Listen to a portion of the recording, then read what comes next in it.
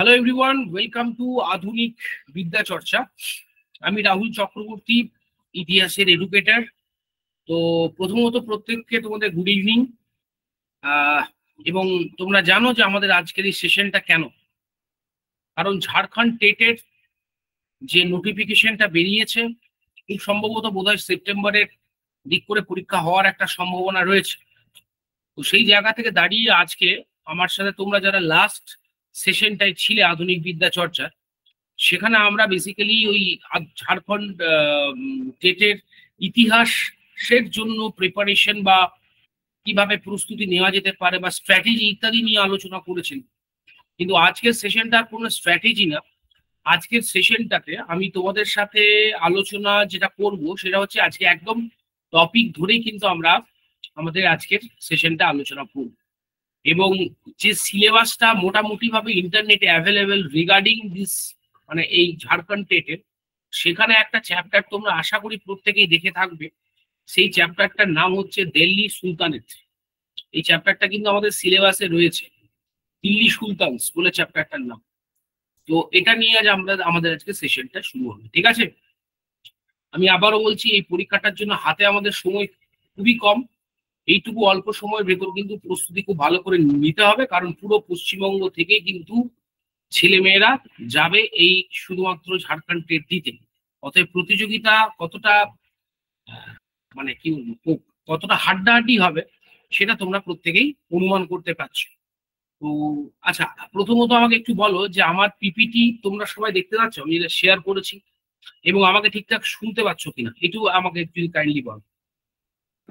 হ্যাঁ স্যার, শোনা এবং দেখা যাচ্ছে স্যার এবং শুনতে পাচ্ছি। ওকে ওকে, তো চলো আমরা শুরু করব আজকে প্রথম আমাদের টপিক তোমাদের সাথে, দিল্লি সুলতানেট। মাই ডিয়ার স্টুডেন্টস, তোমরা যারা ঝাড়খণ্ড টেটের জন্য প্রস্তুতি নিচ্ছ, আমি আবারও বলছি, ইন্টারনেট থেকে পাওয়া যে সিলেবাস তাতে কিন্তু এই দিল্লি সুলতানিটা কিন্তু আমাদের ঝাড়খণ্ড টেটের সিলেবাসে রয়েছে। এবং এটা তোমরা খুবই গুরুত্বপূর্ণ একটা টপিক এই কারণে, কারণ এখান থেকে বিভিন্ন সময় বিভিন্ন পরীক্ষায়, শুধু ঝাড়খণ্ড টেট বলে না, তোমরা যে কোনো পরীক্ষায় দেখবে, যে কোনো প্রতিযোগিতামূলক পরীক্ষা এখান থেকে কিন্তু প্রশ্ন আসে এই দিল্লি সুলতানি। তো দিল্লি সুলতানি নিয়ে যদি আমরা আলোচনা করতে যাই, বেসিক্যালি আমাদের একটা বিষয় প্রথমত মনে রাখতে হবে। কি মনে রাখতে হবে বলো তো? প্রথমত যে প্রশ্নটা বারবার করে বিভিন্ন পরীক্ষায় আসে, যে দিল্লি সুলতানিতে মোট কতগুলো রাজবংশ রাজত্ব করেছে। ঠিক আছে, তো প্রথম জিনিস এটা মনে রাখবে যে দিল্লি সুলতানেতে মোট কতগুলো রাজবংশ ছিল। দেখো, প্রথমেই একটা রাজবংশের নাম দেওয়া আছে, যেটা হচ্ছে স্লেভ ডাইনাস্টি, দাস বংশ। 2 নম্বর হচ্ছে তোমার খলজি বংশ। 3 নম্বর হচ্ছে তুগলক বংশ। 4 নম্বর হচ্ছে সৈয়দ বংশ। আর 5 নম্বর হচ্ছে লোদি বংশ। তার মানে আমরা বলতে পারি দিল্লি সুলতানিদের সব মিলিয়ে কতগুলো রাজবংশ রাজত্ব করেছিল? 5টা। ঠিক। এবার এই 5টা ডাইনাস্টির মধ্যে একেবারে প্রথম ডাইনাস্টি কারা ছিল দেখো। একেবারে প্রথমে যারা ছিল তারা হচ্ছে স্লেভ ডাইনাস্টি। এই স্লেভ শব্দটা অর্থ হচ্ছে কিন্তু দাস। কি বললাম? স্লেভ শব্দটা অর্থ হচ্ছে কিন্তু দাস বংশ। ঠিক আছে, দাস বংশ, এটা হচ্ছে প্রথম ডাইনাস্টি। তাহলে আমাদের যদি জিজ্ঞাসা করে যে দিল্লি, তোমরা উত্তর দেবে কিন্তু সবাই, ঠিক আছে? স্পিকার অন করে আমরা ক্লাসটা পুরো ইন্টারেক্টিভ ভাবে করব। তাহলে যদি প্রশ্ন করে আমাদেরকে যে দিল্লি সুলতানির প্রথম রাজবংশের নাম কি, আমরা করতে পারবো তো সবাই? তাড়াতাড়ি আনসার দাও, বলো। দাস। Very good. এবং যদি জিজ্ঞাসা করে যে দিল্লি সুলতানির লাস্ট ডাইনাস্টি কোনটা, শেষ রাজবংশ কোনটা? লোদি। একদম ঠিক। এবার আর যদি জিজ্ঞাসা করে যে দিল্লি সুলতানে মোট কতগুলো রাজবংশ রাজত্ব করেছিল, কি উত্তর হবে? 5। এবার তোমরা যখন এই ইতিহাস পড়বে না, মানে সেটা প্রাচীন ভারতের হোক কিংবা মধ্যযুগের ইতিহাসের হোক, দুটো জিনিস খুব ভালো করে মনে রাখবে। বিভিন্ন প্রতিযোগিতামূলক পরীক্ষায় এই যে ডাইনাস্টিক্যাল হিস্ট্রি, মানে রাজবংশের ইতিহাস থেকে কি কি জাতীয় প্রশ্ন দেয় জানো তো? প্রথমত দেয় যে প্রত্যেকটা রাজবংশের প্রতিষ্ঠাতার নাম জানতে চায়, যে প্রত্যেকটা যে রাজবংশ তার প্রতিষ্ঠাতাকে, এবং ওই রাজবংশটার টাইম লাইনটা পারলে মনে রাখবে। টাইম লাইন মানে ওই রাজবংশটার সময়কাল কত, এটা অনেক সময় প্রশ্ন দেয়। আর ওই ডাইনাস্টির লাস্ট রুলারের নিয়ে কিন্তু প্রশ্ন দেয়, শেষ শাসক কে ছিল। তার মানে এই তিনটে জিনিস আমাদেরকে সবসময় মাথায় রাখতে হবে যখন তুমি বা তোমরা পড়বে ইতিহাসের মধ্যযুগ বা প্রাচীন ভারতের কোনো টপিক, কোনো রাজবংশ। বেসিক্যালি এই জায়গাটা তো পুরো রাজবংশের ইতিহাস রয়েছে প্রাচীন ভারত বা মধ্যযুগে। তো সেখানে প্রত্যেকটা রাজবংশের প্রতিষ্ঠাতার নাম, প্রত্যেকটা রাজবংশের তোমার হচ্ছে টাইম লাইন, সময়কাল কত, এবং প্রত্যেকটা ডাইনাস্টির লাস্ট রুলার বা শেষ শাসক। এবং আরেকটা জিনিস যেটা বলা হয়নি সেটা হচ্ছে প্রত্যেকটা ডাইনাস্টির গ্রেটেস্ট রুলার কে ছিলেন, সর্বশ্রেষ্ঠ শাসক কে ছিলেন। এই 4-5টা জিনিস তোমরা যদি মনে রাখো, দেখবে এখান থেকে আসা বেশিরভাগ প্রশ্ন, আমি আবারও বলছি আমার কথা তোমাদের বিশ্বাস করতে এমন কোনো মাথায় দিব্যি দেওয়া। তোমরা ইন্টারনেট তোমাদের কাছে অ্যাভেলেবেল, তোমরা ইন্টারনেট খুলে বিভিন্ন প্রতিযোগিতামূলক পরীক্ষার প্রশ্নগুলো দেখবে। সেটা ঝাড়খণ্ড টেট পিএসসি হতে পারে, সেটা বিহার যে তোমাদের স্টেট হচ্ছে সেটা হতে পারে, পিএসসি যে অ্যাসিস্ট্যান্ট টিচারের পরীক্ষা হতো এক সময় সেটা দেখবে।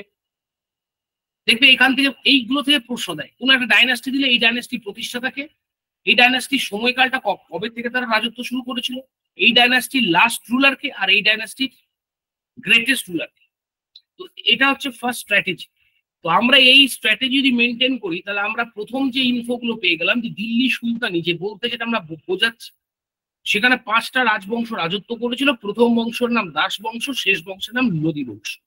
আশা করি এই পর্যন্ত আমরা টু দি পয়েন্টে প্রত্যেকটা প্রশ্ন বুঝতে পেরেছি। এবার দিল্লি সুলতানি সময়কালটা কত, তোমরা বলতে পারো স্যার টাইম লাইনটা জানাটা খুব জরুরি। দিল্লি সুলতানি প্রতিষ্ঠা হচ্ছে কত সালে? 1206 সালে। কত সালে? 1206। আর দিল্লি সুলতানি কতদিন পর্যন্ত চলেছিল? 1526। তার মানে আমরা বলতে পারি দিল্লি সুলতানি 1206-তে শুরু হচ্ছে, 1526 পর্যন্ত কিন্তু চলেছে। তার মানে মোটামুটি 300 বছরেরও বেশি সময় ধরে এই দিল্লি সুলতানি তার রাজত্ব করেছে। ঠিক, তাহলে 1206-তে দিল্লি সুলতানি কে প্রতিষ্ঠা করছেন, এটা আমাদের খুব ইম্পর্টেন্ট জানার জন্য। দেবব্রত বলো।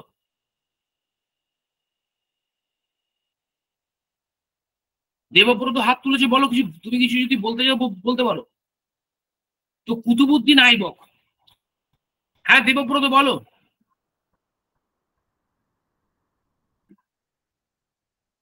তো দিল্লি সুলতানি প্রতিষ্ঠাতা হচ্ছেন কিন্তু কুতুবুদ্দিন আইবক। ঠিক আছে, এটা আমরা প্রত্যেকে মনে রাখবো। এটা পরীক্ষায় প্রশ্ন আসে যে দিল্লি সুলতানি প্রতিষ্ঠাতার নাম কি? কুতুবুদ্দিন আইবক। তাহলে কুতুবুদ্দিন আইবক হচ্ছেন দিল্লি সুলতানি প্রতিষ্ঠাতা। তাহলে কুতুবুদ্দিন আইবক যদি দিল্লি সুলতানি প্রতিষ্ঠাতা হন, আর দিল্লি সুলতানির প্রথম রাজবংশের নাম হচ্ছে স্লেভ ডাইনাস্টি, ঠিক বলেছি তো? তাহলে যদি আমাদেরকে প্রশ্ন করে এই যে স্লেভ ডাইনাস্টির ফাউন্ডারকে, আমরা আনসার করতে পারবো তো সবাই? আমরা উত্তর করতে পারবো তো সবাই? কুতুবুদ্দিন আইবক হচ্ছেন দাস বংশ, সরি, তিনি হচ্ছেন দিল্লি সুলতানির প্রতিষ্ঠাতা। তাহলে আর দিল্লি সুলতানিদের প্রথম রাজবংশের নাম কি? দাস বংশ। ভালো করে বোঝো। তাহলে প্রথম রাজবংশ হচ্ছেন দাস বংশ, দিল্লি সুলতানি প্রথম সুলতান বা প্রথম ফাউন্ডার হচ্ছেন কুতুবুদ্দিন আইবক। তাহলে স্লেভ ডাইনাস্টি বা দাস বংশের প্রতিষ্ঠাতা কে হবেন? Qutubuddin Aibak. Qutubuddin Aibak. Very good, clear সবার কাছে? তাহলে কুতুবুদ্দিন আইবক হচ্ছেন দিল্লি সুলতানির প্রতিষ্ঠাতা এবং তিনি একই সাথে দাস বংশের প্রতিষ্ঠাতা। আশা করি এই অবধি প্রত্যেকে বুঝতে পেরেছো। এবার আমি আমার স্লাইডটা একটু চেঞ্জ করবো। মাই ডিয়ার স্টুডেন্ট, যদি আমরা স্লেভ ডাইনাস্টি নিয়ে কথা বলি, এই স্লেভ ডাইনাস্টিকে একটা জিনিস তোমরা মনে রাখবে যে স্লেভ ডাইনাস্টি মোট কত বছর এরা রাজত্ব করেছে। স্লেভ ডাইনাস্টি রাজত্ব করেছিল 1206 থেকে 1290। এই 1206 থেকে 1290 পর্যন্ত দাস বংশ কিন্তু রাজত্ব করেছিল। ঠিক আছে, এখন এই দাস বংশের প্রথম শাসক হচ্ছেন কুতুবুদ্দিন আইবক। আর দাস বংশের শেষ শাসকের নাম কি? এই যে কায়ুমার্স। একদম দেখো স্পেসিফিকলি আমার পিপিটিতে দেওয়া আছে, চাপ নেই। এটা যখন আমি তোমাদেরকে নোটস আকারে দেবো তখন এখানে ইন ডিটেলে থাকবে। বাট এটা দেখো আমার পিপিটিতে কিভাবে বানিয়েছি। কুতুবুদ্দিন আইবক তিনি হচ্ছেন দাস বংশের প্রতিষ্ঠাতা, অতএব তার নামটা সবার আগে। আর এই দাস বংশের লাস্ট রুলার কে ছিলেন? লাস্ট রুলার হচ্ছেন কায়ুমার্স। আমরা এই বেসিক জিনিসগুলো কিন্তু মনে রাখবোই, এগুলো কিন্তু পরীক্ষায় দেয়। আবারও বলছি, লাস্ট রুলার হচ্ছেন, কি বললাম, নামটা বলেছি, কায়ুমার্স। এই যে, ঠিক আছে। এবার তোমরা আমাকে বলতে পারো স্যার তাহলে আপনি তো দিল্লি দাস বংশের ফাউন্ডারের নাম বললেন, দাস বংশের প্রথম শাসকের নাম বললেন, দাস বংশের শেষ শাসকের নাম বললেন, এবার স্যার আপনি বলুন দাস বংশের সর্বশ্রেষ্ঠ শাসক কে ছিল? রাইট? মনে রাখবে দাস বংশের সর্বশ্রেষ্ঠ শাসক যাকে বলা হয় তিনি হচ্ছেন আমাদের ইলতুৎমিশ। প্রত্যেকে খাতায় লিখে রাখতে পারো যে স্যার একটু ক্লাসে আছি, ক্লাস থেকে বেরিয়ে ফোন করি। ইলতুৎমিশকে বলা হয় কি? ইলতুৎমিশকে বলা হয় গ্রেটেস্ট রুলার, আমরা বলতে পারি সর্বশ্রেষ্ঠ শাসক। মনে থাকবে এই হচ্ছে দিল্লি সুলতানির এই তিনটে জিনিস, কিছু পরোয়া না পড়ে তিনটে জিনিস পড়ে যাবে। এক, কুতুবউদ্দিন আইবক হচ্ছেন, তাকে বলা হচ্ছে ফাউন্ডার। ইলতুৎমিশকে বলা হচ্ছে গ্রেটেস্ট রুলার, আর লাস্ট রুলার হচ্ছেন কাইউমার্স। এবার আসো কুতুবউদ্দিন আইবককে নিয়ে আমরা আলোচনা করব। তার আগে একটা জিনিস তোমাদের জানা দরকার, যে দিল্লি সুলতানির প্রথম যে রাজবংশ, সেই রাজবংশটার নাম বলা হচ্ছে দাস বংশ। তো তোমরা আমার কাছে একটা প্রশ্ন রাখতেই পারো যে স্যার এই ডাইনাস্টিটার নাম দাস বংশ কেন? কারণ একটাই, এই যে কুতুবউদ্দিন আইবক যার কথা আমরা বলছি, এই কুতুবউদ্দিন আইবক যখন এই রাজবংশটা বা এই বংশটা প্রতিষ্ঠা করেছিলেন, that time he was slave. তিনি সেই সময় কৃতদাস ছিলেন। কৃতদাস, দেখো মধ্যযুগে বা প্রাচীন ভারতবর্ষে, মধ্যযুগের ভারতবর্ষে বা প্রাচীন যুগের ভারতবর্ষে দাস প্রথার একটা প্রচলন ছিল। কি বললাম বুঝতে পেরেছো তো? আর এই দাস প্রথাটা কি হতো, যেমন এখনকার দিনে আমাদের ওই গরু ছাগল হাটে বাজারে বিক্রি হয়, তেমনি সেই সময় কিন্তু কৃতদাসরাও কিন্তু বাজারে বিক্রি হতো। তো যারা খুব ধনী ব্যক্তি ছিলেন তারা কৃতদাসদেরকে কিনতেন। তো কুতুবউদ্দিন আইবককে কিন্তু এরকমই একজন ব্যক্তি কিনেছিলেন যার নাম ছিল মোহাম্মদ ঘুরি। তাহলে এখান থেকে আরেকটা জিনিস আমরা ইনফরমেশন পেয়ে গেলাম যে কুতুবউদ্দিন আইবক তিনি কৃতদাস ছিলেন, তাই তার রাজবংশের নাম দাস বংশ। এবং আরেকটা ইনফরমেশন পেলাম যে কুতুবউদ্দিন আইবক কার কৃতদাস ছিলেন, আমরা সেটাও বোধহয় আনসার পেয়ে গেলাম, মোহাম্মদ ঘুরি। ঠিক তো? ঠিক বলেছি? এবার এই যে কৃতদাস প্রথার একটা কি বৈশিষ্ট্য ছিল জানো তো? তোমাকে যিনি কৃতদাস হিসেবে কিনেছেন, খুব ভালো করে বোঝো, তোমাকে যিনি কৃতদাস হিসেবে কিনেছেন তিনি যতক্ষণ পর্যন্ত না তোমাকে কৃতদাসত্ব থেকে মুক্ত করছেন, তুমি ততক্ষণ অব্দি কিন্তু কৃতদাস। তো মোহাম্মদ ঘুরি যেহেতু কুতুবউদ্দিন আইবককে কৃতদাস হিসেবে কিনেছিলেন, এবং মোহাম্মদ ঘুরি মারা যাবার আগে তিনি কুতুবউদ্দিন আইবককে কৃতদাসত্ব থেকে মুক্ত করেননি, তাই কুতুবউদ্দিন আইবক কিন্তু কৃতদাস হিসেবেই থেকে গিয়েছে। এবং 1206 সালে কুতুবউদ্দিন আইবক যখন এই দিল্লিতে সুলতানি ডাইনাস্টি প্রতিষ্ঠা করলেন, যেহেতু তিনি কৃতদাসত্ব থেকে মুক্ত হননি, তাই তিনি তখন পর্যন্ত দাস, তাই তার এই প্রতিষ্ঠিত রাজবংশ বলে দাস বংশ। এই দাস বংশের আরেকটা টার্ম হচ্ছে মামেলুক বংশ।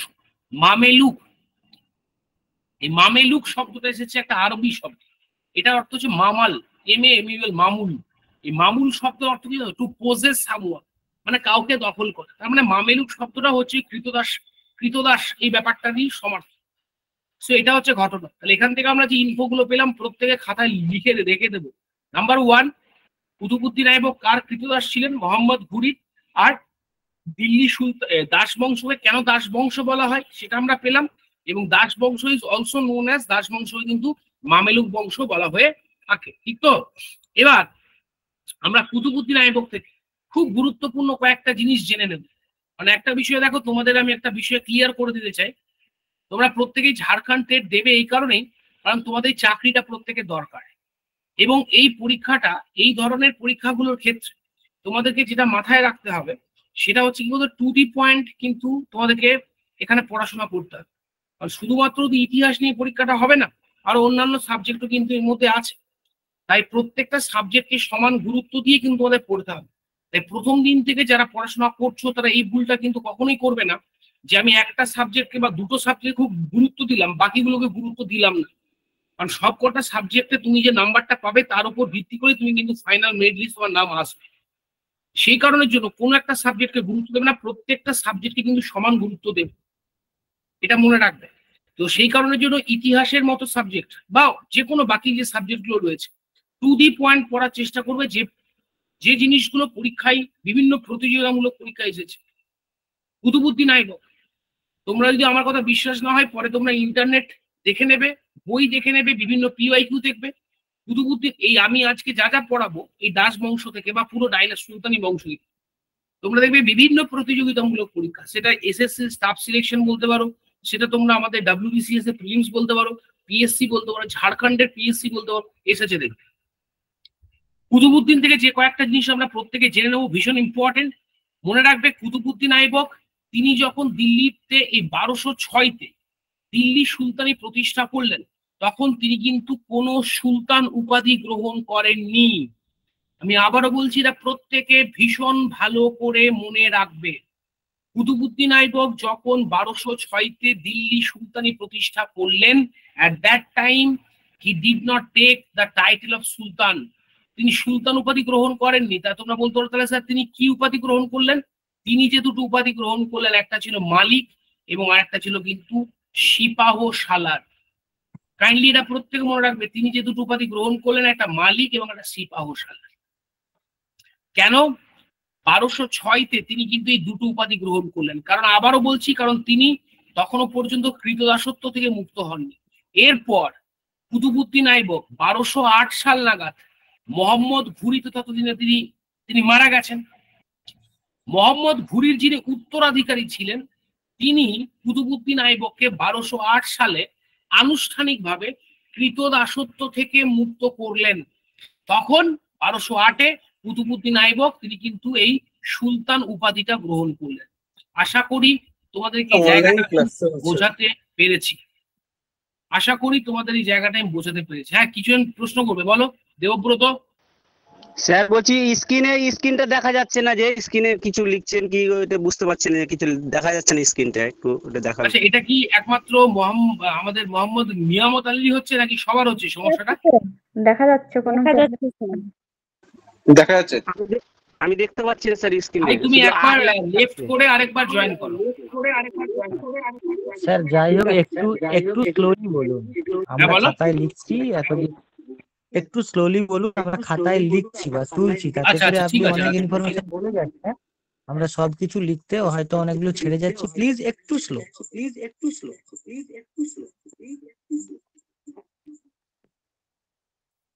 আচ্ছা রাজকুমার, তুমি স্পিকার অফ করো। আমি একটু একটা বিষয় বলি, ও রাজকুমার বলছে যে একটু স্পিডে বলতে, একটু স্লোলি বলতে। আমি স্লোলি বলতে পারি। রাজকুমার, তোমার স্পিকার অফ করো। ওকে স্যার, ওকে।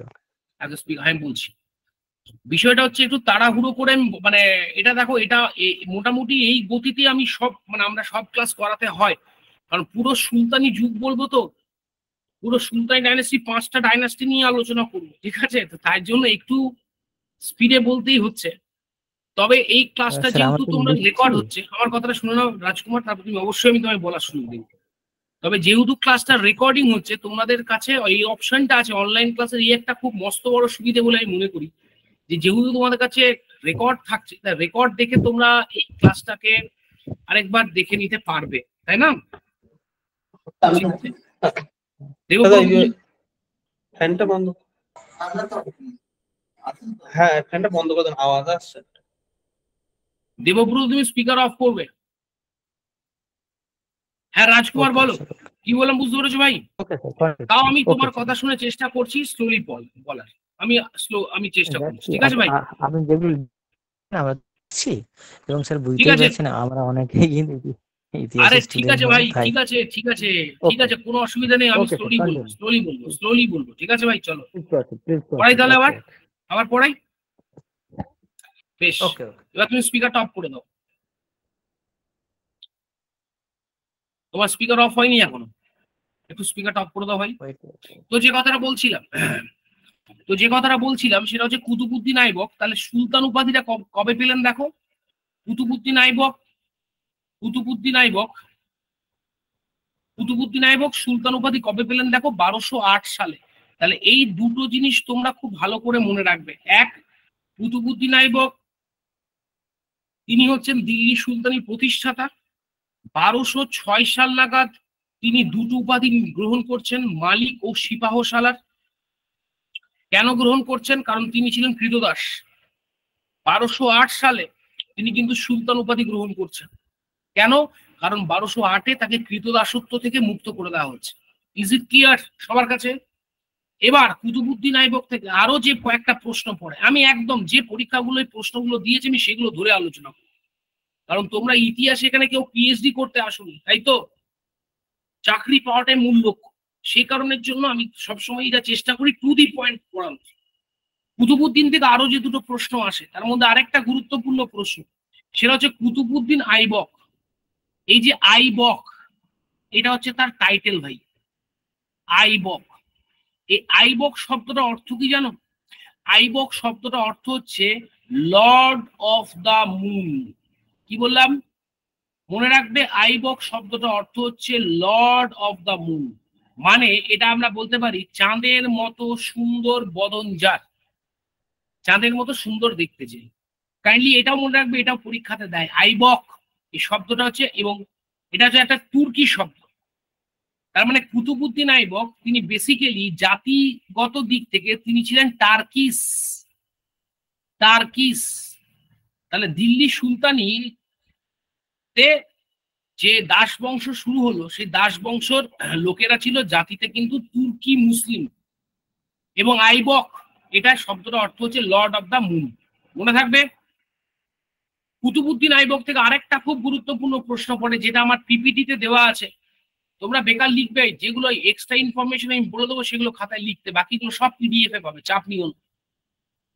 কুতুবউদ্দিন আইবকের আমলে দিল্লি সুলতানির প্রথম রাজধানী হয়েছিল লাহোর। খুব ইম্পর্টেন্ট, খুব খুব খুব ইম্পর্টেন্ট। এটা প্রশ্ন আসে যে দিল্লি সুলতানির প্রথম রাজধানী কোথায় ছিল। মনে রাখবে, দিল্লি সুলতানির প্রথম রাজধানী ছিল লাহোরে, এবং লাহোরে দিল্লি সুলতানের রাজধানী যিনি প্রতিষ্ঠা করেছিলেন তিনি কুতুবউদ্দিন আইবক। মনে থাকবে। কুতুবউদ্দিন আইবক থেকে আরেকটা প্রশ্ন আসে, এই এই এই এই প্রশ্নটা। কুতুবউদ্দিন আইবককে বলা হয় লাখ বক্স। কি বলা হয়? লাখ বক্স। এটা খুব গুরুত্বপূর্ণ। এই দেখো, আমি এটা মার্ক পর্যন্ত করে দিলাম গ্রিন কালার দিয়ে, লাখ বক্স। কেন কুতুবউদ্দিনকে লাখ বক্স বলা হয়? কারণ তিনি দিল্লি সুলতান হবার পর প্রচুর দান খয়রাতি করেছিলেন।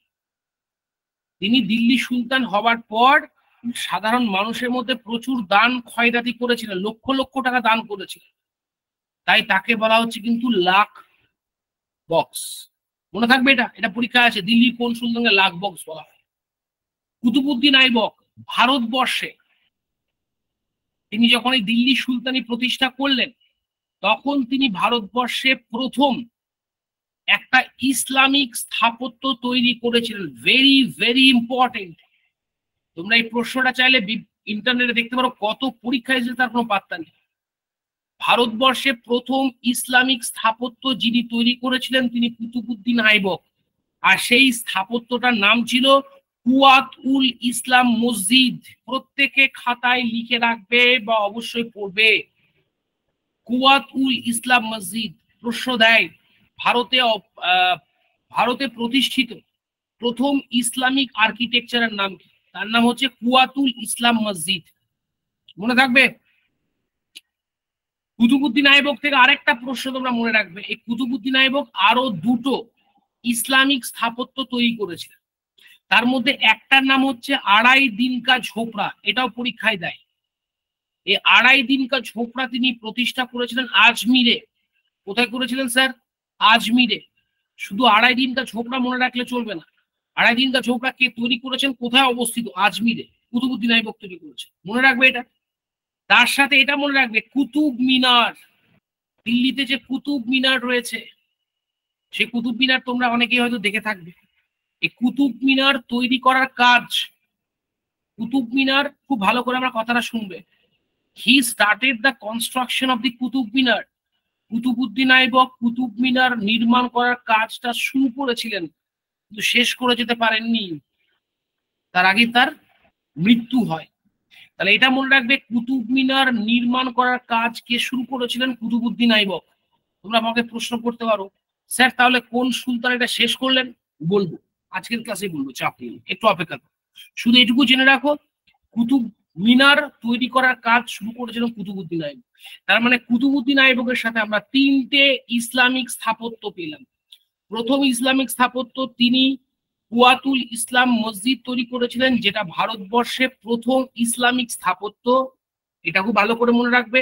তিনি আজমিরে আড়াই দিন কা ঝোপড়া নামক একটা মসজিদ তৈরি করেছিলেন, আর তিনি কুতুব মিনারের নির্মাণ কার্য শুরু করেছিলেন, বাট শেষ করে যেতে পারেননি। ক্লিয়ার? আর আরেকটা জিনিস যেটা আমরা জানবো, সেটা হচ্ছে কুতুবউদ্দিন আইবকের মৃত্যুটা। এটাও খুব গুরুত্বপূর্ণ। কুতুবউদ্দিন আইবক যিনি এই দিল্লি সুলতানি দাস বংশের প্রতিষ্ঠাতা, তিনি ঘোড়ার পিঠে চড়ে পোলো খেলছিলেন। ঘোড়ার পিঠে চড়ে তিনি পোলো খেলতেন। এই পোলো খেলাটাকে, এই ঘোড়ার পিঠে চড়ে পোলো খেলাটাকে বলা হতো চৌগান। এই যে চৌগান, CHAUGN, চৌগান। এই যে এই হঠাৎ করে খেলতে খেলতে ঘোড়া থেকে তিনি পড়ে যান, পড়ে গিয়ে তিনি কিন্তু মারা যান। তাহলে এই প্রশ্নটাও পরীক্ষায় বহুবার বিভিন্ন পরীক্ষায় এসেছে, দিল্লির যে সুলতান চৌগান খেলতে খেলতে পড়ে মারা যান তার নাম কি? তাহলে দেখো, কুতুবউদ্দিন থেকে আমরা যে MCQ গুলো পেয়ে গেলাম, যেগুলো আমরা খুব ভালো করে মনে রাখবো, আমি আরেকবার রিপিট করে দিচ্ছি। নাম্বার 1, দিল্লির যে সুলতান মালিক ও শিপাহসার উপাধি গ্রহণ করেছিলেন। নাম্বার 2, কুতুবউদ্দিন আইবক কবে দিল্লির সুলতান উপাধি গ্রহণ করেন। নাম্বার 3, দিল্লি সুলতানের রাজধানী লাহোরে প্রতিষ্ঠা করেন কে? ঠিক। নাম্বার 4, সেটা হচ্ছে তোমার যে লাখ বক্স কাকে বলা হয়। নাম্বার 5, সেটা হচ্ছে তোমার আইবক শব্দটার অর্থ কি। নাম্বার 6, ভারতবর্ষে প্রথম ইসলামিক স্থাপত্যের নাম কি, সেটা কে তৈরি করেন, কোথায় অবস্থিত। কুয়াতুল ইসলাম মসজিদ তৈরি করেন কুতুবউদ্দিন আইবক, অবস্থিত হচ্ছে দিল্লিতে। আড়াই দিন কা ঝোপড়া কে তৈরি করেন, কোথায় অবস্থিত, এটা মনে রাখবে। কুতুব মিনারের নির্মাণ কার্য কে শুরু করেন, এটা মনে রাখবে। এবং চৌগান খেলতে গিয়ে পড়ে মারা যান কে, এটাও মনে রাখবে। আশা করি প্রত্যেকে বুঝতে পেরেছো সবাই। কারো কোনো প্রশ্ন থাকলে বলো। কারো কোনো প্রশ্ন আছে? হ্যাঁ স্যার, বোঝা গেছে। বোঝা গেছে তো সবার? ঠিক আছে। এবার একটা জিনিস, খুব গুরুত্বপূর্ণ জিনিস, সেটা তোমাদেরকে বলবো। সেটা হচ্ছে এই যে কুতুব মিনার তোমরা দেখতে পাচ্ছ, ছবিতে দেখতে পাচ্ছ সবাই, এই কুতুব মিনার জানো, এটা থেকে একটা প্রশ্ন দেয়, আমি যেটা বলতে ভুলে গেছি। এই কুতুব মিনার কার নাম অনুযায়ী হয়েছিল, কেউ বলতে পারবে? মনে রাখবে, কুতুব মিনার যার নাম অনুযায়ী হয়েছিল তার নামটা হচ্ছে খোয়াজা। আচ্ছা, আমি ইংরেজিতে লিখছি, তোমাদের কোনো অসুবিধা হচ্ছে না তো, নাকি বাংলায় লিখবো? না স্যার, ঠিক আছে। না স্যার, ইংলিশে লিখুন। কোশ্চেন তো স্যার ইংলিশে আসবে। কোশ্চেন তো স্যার ইংলিশে আসবে, ইংলিশে লিখুন। ঠিক আছে। তো খোয়াজা কুতুবউদ্দিন, খোয়াজা বখতিয়ার কাকি, এক্স্যাক্টলি, খোয়াজা কুতুবউদ্দিন বখতিয়ার কাকি। তো কাইন্ডলি এই ভদ্রলোকের নামটা একটু মনে রাখবে।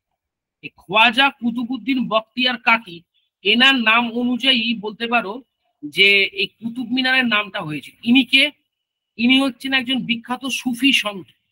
ঠিক আছে, এই দুটো নাম তোমাদের নাম মনে রাখলেও চলবে। খাজা কুতুবউদ্দিন নাম মনে রাখলেও চলবে, শুধু বখতিয়ার কাকি এই টার্মটা মনে রেখে, কারণ পরীক্ষায় দেয় কার নাম অনুযায়ী কুতুব মিনারের নামকরণ করা হয়েছে। ঠিক আছে, এটা করেও ছিলেন আমাদের কুতুবউদ্দিন আইবক। ঠিক আছে, চল এবার দিল্লি সুলতানির নেক্সট যে রুলারদের কথা আমি বলবো, এই যে তোমরা দেখতে পাচ্ছ আরাম শাহের কথা। সত্যি কথা বলতে কি, আরাম শাহ হচ্ছেন দিল্লি, মানে কুতুবউদ্দিনের পর তিনি বসেন, কিন্তু ইনি হচ্ছেন একজন ইনএফিশিয়েন্ট রুলার। ইনএফিশিয়েন্ট মানে অকর্মণ্য শাসক। ইনি এমন কোনো কাজ করেননি যে এনার থেকে কোনো প্রশ্ন পরীক্ষায় আসতে পারে। তাই আরাম শাহ থেকে কোনো প্রশ্ন জীবনে কোনোদিন কোনো কম্পিটিটিভ পরীক্ষায় ভারতবর্ষে আসেনি এখনো পর্যন্ত। শুধু আরাম শাহ থেকে একটা জিনিস তোমরা পারলে মনে রাখতে পারো, কুতুবউদ্দিনের পর ইনি সিংহাসনে বসেন, ব্যাস এইটুকুই। তাই আরাম শাহকে আমরা স্কিপ করে দিয়ে বেরিয়ে যাবো। আমি বলেছিলাম না তোমাদের প্রথম যেদিন তোমার সঙ্গে এই প্ল্যাটফর্মে প্রথম দেখা হয়, যে স্মার্ট পড়াশোনা করতে শিখবে। তাই আরাম শাহকে আমরা স্কিপ করে দিয়ে বেরিয়ে যাবো, কারণ ইনি কোনো ইম্পর্টেন্ট কাজ করেননি এবং এনার থেকে কোনো প্রশ্ন আসে না। আরাম শাহের পর আমরা যার কথা আসবো, এই যে ইলতুৎমিশ। আমি আজকের ক্লাসে প্রথমেই বলেছি যে দাস বংশের প্রতিষ্ঠাতা যদি কুতুবউদ্দিন আইবক হয়ে থাকেন, তাহলে দাস বংশের যদি আমরা বলি গ্রেটেস্ট রুলার মানে সর্বশ্রেষ্ঠ শাসককে, তাহলে সেটা উত্তর কিন্তু হবে আমাদের ইলতুৎমিশ, কোনো কথা হবে না। এবং ইলতুৎমিশকে কি বলা হয় জানো? ইলতুৎমিশকে বলা হয় রিয়েল ফাউন্ডার। প্রত্যেকে মনে রাখবে। তোমরা বলতে পারো স্যার রিয়েল ফাউন্ডার মানে কিসের real founder? Real founder of Delhi sultanate, Delhi সুলতানির প্রকৃত প্রতিষ্ঠাতা। দয়া করে খাতায় প্রত্যেকে লিখে রাখবে এই টার্মটা। WBCS এর মতো পরীক্ষাতে এই প্রশ্নটা একাধিকবার দিয়েছে। দিল্লি সুলতানির প্রকৃত প্রতিষ্ঠাতা কাকে বলা হয়? তাহলে প্রতিষ্ঠাতা বলা হয় কাকে বললাম? প্রতিষ্ঠাতাকে তোমরাই বলো, দিল্লি সুলতানি প্রতিষ্ঠাতাকে? কুতুবউদ্দিন আইবক। আর যদি বলে কুতুবউদ্দিন যে আইবক। দিল্লি সুলতানির প্রকৃত প্রতিষ্ঠাতাকে? ইলতুৎমিশ। তাহলে এটা সবাই করতে পারবে তো? প্রত্যেকে করতে পারবে তো? বেশ। এবার ইলতুৎমিশ থেকে কি কি প্রশ্ন আমাদের কাছে আসতে পারে সেগুলো আমরা একটু ভালো করে পড়ে নেব। দেখো, ইলতুৎমিশ থেকে যে বিষয়টা আমরা প্রথমত মনে রাখবো, যে সেটা হচ্ছে যে ইলতুৎমিশের সময় একটা যুদ্ধ হয়েছিল। যে যুদ্ধটা থেকে প্রশ্ন দেয়, যে যুদ্ধটার নাম হচ্ছে থার্ড ব্যাটেল অফ তরাইন। আচ্ছা, আমার লেখা বুঝতে পারছো তো সবাই? না বুঝতে পারলে কিন্তু বলবে। থার্ড ব্যাটেল অফ তরাইন, প্রত্যেকে খাতায় লিখে রাখবে, এটা খুব important. Third battle of Tarain, তরাইনের তৃতীয় যুদ্ধ। তাদের মধ্যে হয়েছিল, একদিকে ছিলেন ইলতুৎমিশ দিল্লি সুলতানির সুলতান, আর অন্যদিকে ছিলেন কে? গজনির শাসক। গজনি বলে যে সেন্ট্রাল এশিয়ার একটা জায়গা ছিল, সেখানকার শাসক তাজউদ্দিন ইলদুজ। এই ইলতুৎমিশ বনাম তাজউদ্দিন ইলদুজ, এই দুজনের মধ্যে এই তৃতীয় তরাইনের যুদ্ধটা হয়েছিল। মাই ডিয়ার স্টুডেন্টস, যুদ্ধের সালটাও মনে রাখবে, 1215 মনে থাকবে।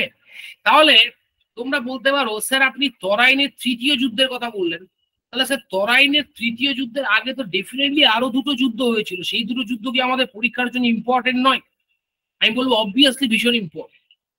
তাই জন্য তোমরা এবার খাতা পেন বের করে এই তরাইনের প্রথম দুটো যুদ্ধ প্রত্যেকে লিখে রেখে দাও। তরাইনের প্রথম যুদ্ধ যেটা বলে ফার্স্ট ব্যাটেল অফ তরাইন, এটা হয়েছিল 1191 খ্রিস্টাব্দে। তাদের মধ্যে হয়েছিল, একদিকে ছিলেন আমাদের ভারতবর্ষের শাসক পৃথ্বীরাজ চৌহান, আর অন্যদিকে কে ছিলেন? পৃথ্বীরাজ চৌহানের সাথে হয়েছিল কার যুদ্ধটা? মোহাম্মদ ঘুরি। ঠিক, এই যুদ্ধের কে জয়লাভ করেছিলেন?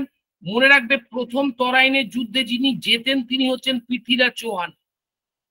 আর দ্বিতীয় তরাইনের যুদ্ধ, সেকেন্ড ব্যাটেল অফ তরাইন, এটা কত সালে হয়েছিল? দ্বিতীয় তরাইনের যুদ্ধটা হয়েছিল 1192 সালে, ঠিক প্রথম তরাইনের যুদ্ধের 1 বছর পরে। এবং এই যুদ্ধটাতে কাদের মধ্যে হয়েছিল? সেম ব্যক্তি, পৃথ্বীরাজ চৌহান আর মোহাম্মদ ঘুরির মধ্যে। তবে দ্বিতীয় তরাইনের যুদ্ধে কে জয়লাভ করেন? দ্বিতীয় তরাইনের যুদ্ধে কিন্তু জয়লাভ করেন মোহাম্মদ ঘুরি, মনে থাকবে। আর তৃতীয় তরাইনের যুদ্ধ যেটা বলেছি, এই যুদ্ধে কে জেতেন? মনে রাখবে, এই যুদ্ধে জেতেন কিন্তু ইলতুৎমিশ। তৃতীয় তরাইনের যুদ্ধে যিনি জেতেন তিনি হচ্ছেন কিন্তু ইলতুৎমিশ। ক্লিয়ার সবার কাছে? হ্যাঁ, 3টে তরাইনের যুদ্ধ আমি বলে দিয়েছি। ইলতুৎমিশের আরো একটা বড় কৃতিত্ব কি জানো? ইলতুৎমিশ, একটু আগে তোমরা পড়লে, আমি বললাম যে কুতুবউদ্দিন আইবকের সময় দিল্লি সুলতানির রাজধানী ছিল লাহোর, বলেছি একটু আগে। 1215 ভাই, 1215। একটু আগে আমি তোমাদেরকে কি বলেছি, যে দিল্লি যখন কুতুবউদ্দিন আইবক ছিলেন তখন দিল্লি সুলতানির রাজধানী ছিল কোথায় গো? লাহোর। লাহোর থেকে দিল্লি সুলতানির রাজধানীকে যিনি দিল্লিতে স্থানান্তরিত করলেন তিনি হচ্ছেন আমাদের ইলতুৎমিশ, মনে থাকবে। এটা পরীক্ষায় প্রশ্ন দেয় যে দিল্লির যে সুলতানের আমলে দিল্লি সুলতানের রাজধানী লাহোর থেকে দিল্লিতে স্থানান্তরিত হয়েছিল, তার নাম কি? তো মনে রাখবে, তার নাম হচ্ছে ইলতুৎমিশ। ইলতুৎমিশের সময়কার আরেকটা, আচ্ছা একটা জিনিস বলো তো, এই যে আমি পিপিটিতে লিখছি, আমার লেখা তোমরা বুঝতে পারছো তো সবাই? হ্যাঁ স্যার। হ্যাঁ স্যার। দেখা যাচ্ছে তো? বুঝতে পারা যাচ্ছে তো? ঠিক আছে। হ্যাঁ স্যার, হ্যাঁ বোঝা যাচ্ছে স্যার। ঠিক আছে। এবার ইলতুৎমিশ যখন দিল্লির সিংহাসনে বসলেন, তো এক্ষেত্রে একটা জিনিস তোমাদের মাথায় রাখতে হবে, যে ইলতুৎমিশ যখন দিল্লির সুলতানি সিংহাসনে বসলেন, সেই সময় দিল্লির সুলতানি সিংহাসন একটা মারাত্মক সংকটের সম্মুখীন হয়েছে। সেই সংকটটা কি আমি সংক্ষেপে বলে দিই। চেঙ্গিস খান, যিনি মধ্য এশিয়ার এক দুর্ধর্ষ বীর, সে চেঙ্গিস খান একেবারে ইলতুৎমিশের রাজ্যের সীমান্তে এসে দাঁড়িয়ে গেছে। এবং চেঙ্গিস খান ধাওয়া করেছেন কাকে জানো? জালালউদ্দিন মঙ্গবর্ণীকে। এই জালালউদ্দিন মঙ্গবর্ণীকে ইনি মধ্য এশিয়ার রাজা, একজন মধ্য এশিয়ার শাসক। ইলতুৎমিশ তাকে ধাওয়া করে এসেছেন এবং একেবারে চেঙ্গিস খান তাকে ধাওয়া করে এসেছেন এবং ইলতুৎমিশের সাম্রাজ্যের একেবারে সীমান্তে এসে উপস্থিত হয়েছে। তখন জালালউদ্দিন মঙ্গবর্ণী, যিনি ওই চেঙ্গিস খানের দ্বারা, যাকে চেঙ্গিস খান ধাওয়া করেছেন, মঙ্গবর্ণী এসে ইলতুৎমিশকে বলছেন যে আপনি আমাকে চেঙ্গিস খানের বিরুদ্ধে কিছু সাহায্য করুন, সামরিক সাহায্য করুন বা আমাকে আশ্রয় দিন। ইলতুৎমিশ দেখলো যে যদি আমি জালালউদ্দিন মঙ্গবর্ণীকে আমার রাজ্যে থাকার জায়গা দিই তাহলে চেঙ্গিস খানের বিষ নজরে আমি পড়ে যাব, আর চেঙ্গিস খানের মতো দুর্ধর্ষ বীর তাকে যদি আমি টক্কর দিই তাহলে কিন্তু চেঙ্গিস খানের সৈন্যবাহিনীর সাথে আমার সৈন্যবাহিনী মানে ইলতুৎমিশের সৈন্যবাহিনী কোনো মতেই এটে উঠতে পারবে না, ফলে দিল্লি সুলতানি পুরো তছনছ হয়ে যাবে। তাই ইলতুৎমিশ যে কথাটা বললেন মানে মঙ্গবর্ণীকে বললেন যে শুনুন, দিল্লির যে আবহাওয়া, দিল্লির যে জলবায়ু, সেটা আপনার জন্য সুখকর হবে না বা অনুকূল হবে না। এবং তখন মঙ্গবর্ণী বুঝতে পারলেন যে ইলতুৎমিশ আসলে তাকে সাহায্য করবেন না। তখন মঙ্গবর্ণী চলে গেলেন এবং সেই যাত্রায় চেঙ্গিস খানের আক্রমণের হাত থেকে তিনি দিল্লি সুলতানকে ইলতুৎমিশ বাঁচালেন। এই পুরো গল্পটা শুনলে এই গল্পটা থেকে গল্পটা মনে রাখা দরকার নেই, দুটো জিনিস পরীক্ষায় প্রশ্ন দেয়। এক, চেঙ্গিস খান কার আমলে দিল্লি সুলতানি আক্রমণ করেছিলেন বা দিল্লি সুলতানের সীমান্তে এসে পৌঁছেছিলেন? আশা করি এরপর তোমরা আনসার করতে পারবে ইলতুৎমিশের আমলে, ঠিক। এবং আরেকটা যেটা প্রশ্ন দেয় সেটা হচ্ছে কাকে ধাওয়া করে এসেছিলেন? তার নাম হচ্ছে জালালউদ্দিন মঙ্গবর্ণী। আমার এখানে লেখার জায়গা নেই, তোমরা পারলে একটু খাতায় লিখে দিতে পারবে, জালালউদ্দিন মঙ্গবর্ণী। ইলতুৎমিশ থেকে আরেকটা জিনিস তোমরা মনে রাখবে যে ইলতুৎমিশ তিনি একটা নতুন প্রশাসনিক ব্যবস্থার জন্ম দিয়েছিলেন যেটার নাম ছিল ইকতাদারি বন্দোবস্ত। আমি আবারও বলছি, ইলতুৎমিশ একটা নতুন, এটা খুব পরীক্ষায় প্রশ্ন দেয়, ইকতা ব্যবস্থা কে তৈরি করেছিলেন? ইলতুৎমিশ।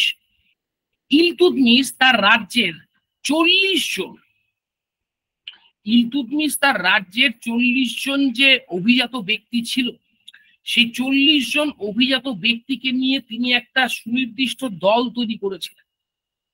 যে দলটার নাম কি ছিল জানো? তারকান-ই-চেহেলগামী। প্রত্যেকে মনে রাখবে, এটা পরীক্ষায় প্রশ্ন দেয়। তারকান-ই-চেহেলগামী কে প্রতিষ্ঠা করেছিলেন? ইলতুৎমিশ প্রতিষ্ঠা করেছিলেন। এই তারকান-ই-চেহেলগামীর আরেকটা নাম রয়েছে 40 চক্র, এটা মনে রাখবে। ইলতুৎমিশ থেকে আরেকটা জিনিস তোমরা মনে রাখবে যে সেটা হচ্ছে তোমার ইলতুৎমিশ কুতুব মিনার, ওই যে আমি বললাম না যে কুতুব মিনার তৈরি করার কাজ শুরু করেছিলেন কুতুবউদ্দিন আইবক, কিন্তু শেষ করলেন যিনি তিনি হচ্ছেন ইলতুৎমিশ। মনে থাকবে তো? তাহলে এটা কিন্তু আমাদের পরীক্ষায় যদি প্রশ্নটা দেয় যে কুতুব মিনার, এই কুতুব মিনারের নির্মাণকে শুরু করেছিলেন, আশা করি আনসার করতে পারবো সবাই। আর যদি বলে কুতুব মিনারের নির্মাণ কার্যকে শেষ করেন, এটাও উত্তর করতে পারবো তো সবাই? আমরা পারবো তো সবাই করতে, হ্যাঁ কি না? হ্যাঁ sir. Yes sir. Very good. হ্যাঁ স্যার। তাহলে এই হচ্ছে আমাদের ইলতুৎমিশের গল্প। দোলন কুন্ডু বলো, দোলন কি বলবে বলো? এবার ইলতুৎমিশের পর তোমাদেরকে বলে রাখি, ইলতুৎমিশের পর দিল্লির সুলতানি মানে ওই দাস বংশের সিংহাসনে যিনি বসেন তিনি হচ্ছেন রুকনউদ্দিন ফিরোজ শাহ। আমরা এই ভদ্রলোককে নিয়ে খুব একটা কিছু পড়বো না। কেন পড়বো না? কারণ ইনি এমন কিছু কাজ করেননি যেখান থেকে কোনো পরীক্ষায় প্রশ্ন আসতে পারে, তাই আমরা এনাকে কি করবো, সরাসরি অ্যাভয়েড করে দিয়ে চলে যাবো। এরপর আমরা যাকে পাচ্ছি তিনি হচ্ছেন আমাদের রাজিয়া সুলতানা। মাই ডিয়ার স্টুডেন্টস, এই রাজিয়া সুলতানা থেকে একটা জিনিস তোমরা খুব ভালো করে মনে রাখবে, একটাই প্রশ্ন এনার থেকে দেয়। পুরো মধ্যযুগের ভারতবর্ষে, কি বললাম মাই ডিয়ার স্টুডেন্টস, পুরো মধ্যযুগের ভারতবর্ষে, শুধু সুলতানি আমল না, পুরো মুঘল আমলের কথাও বলছি, পুরো মানে মধ্যযুগের ভারতবর্ষে তিনি হচ্ছেন একমাত্র মহিলা শাসক। মনে থাকবে? মনে থাকবে তো? এটা মনে রাখবে, প্রশ্ন দেয়। মধ্যযুগের ভারতবর্ষে একমাত্র মহিলা শাসকের নাম কি? রাজিয়া। এবং রাজিয়া কার মেয়ে ছিলেন? রাজিয়া যার মেয়ে ছিলেন তার নাম হচ্ছে ইলতুৎমিশ। হ্যাঁ ঠিক শুনছো, ইলতুৎমিশের মেয়ে ছিলেন। ক্লিয়ার? চলো এরপর আমরা দিল্লি সুলতানির আরো কয়েকজন বাকি মানে রাজিয়ার পরবর্তী যারা বসেছিলেন তাদের সম্পর্কে দেখে নেব। রাজিয়ার পর আসেন বাহারাম শাহ, তারপর আসেন আলাউদ্দিন মাসুদ শাহ, অ্যান্ড তারপর আসেন তোমার হচ্ছে নাসিরুদ্দিন মোহাম্মদ শাহ। কিন্তু এই তিনজনকে আমরা কোনো গুরুত্ব দিচ্ছি না এই কারণে, কারণ এই তিনজন এমন কিছু কাজ করেননি, আবার সে একই কথা বললো যে এখান থেকে কোনো প্রশ্ন আসতে পারে, তাই এনাদের থেকে কোনো প্রশ্ন পরীক্ষায় আসেনি, তাই আমরা এনাদেরকে সিম্পলি কি করবো স্যার, স্কিপ করে দিয়ে বেরিয়ে যাবো। এবার এই ভদ্রলোককে নিয়ে বলতে হবে গিয়াসউদ্দিন বালবান। গিয়াসউদ্দিন বালবান থেকে তোমরা যে কয়েকটা জিনিস মনে রাখবে। নাম্বার ওয়ান, এই গিয়াসউদ্দিন বালবান থেকে একটা প্রশ্ন দেয়, এনার আসল নাম কি? এটা বিভিন্ন পরীক্ষায় প্রশ্ন দেয়। এনার আসল নামটা দেখো আমি আমার পিপিটিতে লিখে দিয়েছি, তোমরা প্রত্যেকে খাতায় লিখে রাখতে পারো। নামটা হচ্ছে বাহাউদ্দিন। গিয়াসউদ্দিন বালবান হচ্ছেন দিল্লির প্রথম সুলতান, যিনি দিল্লি সুলতানির ওপর ডিভাইনিটি, কি বললাম মাই ডিয়ার স্টুডেন্টস, ডিভাইনিটি, ডিভাইনিটি মানে ঈশ্বরত্ব আরোপ করেছিলেন। এটা খুব ইম্পর্টেন্ট। দিল্লি সুলতানকে তিনি বলেছিলেন যে God's had on earth, Delhi সুলতানি সিংহাসনে যিনি বসেছেন তিনি হচ্ছেন ঈশ্বরের ছায়া। তিনি একটা নতুন উপাধি নিয়েছিলেন, যে উপাধিটা পরীক্ষায় আসে জিল ই ইলাহি। কাইন্ডলি তোমরা প্রত্যেকে মনে রাখবে জিল ই ইলাহি। এই জিল ই ইলাহি শব্দের অর্থ হচ্ছে ঈশ্বরের ছায়া, মানে সুলতান।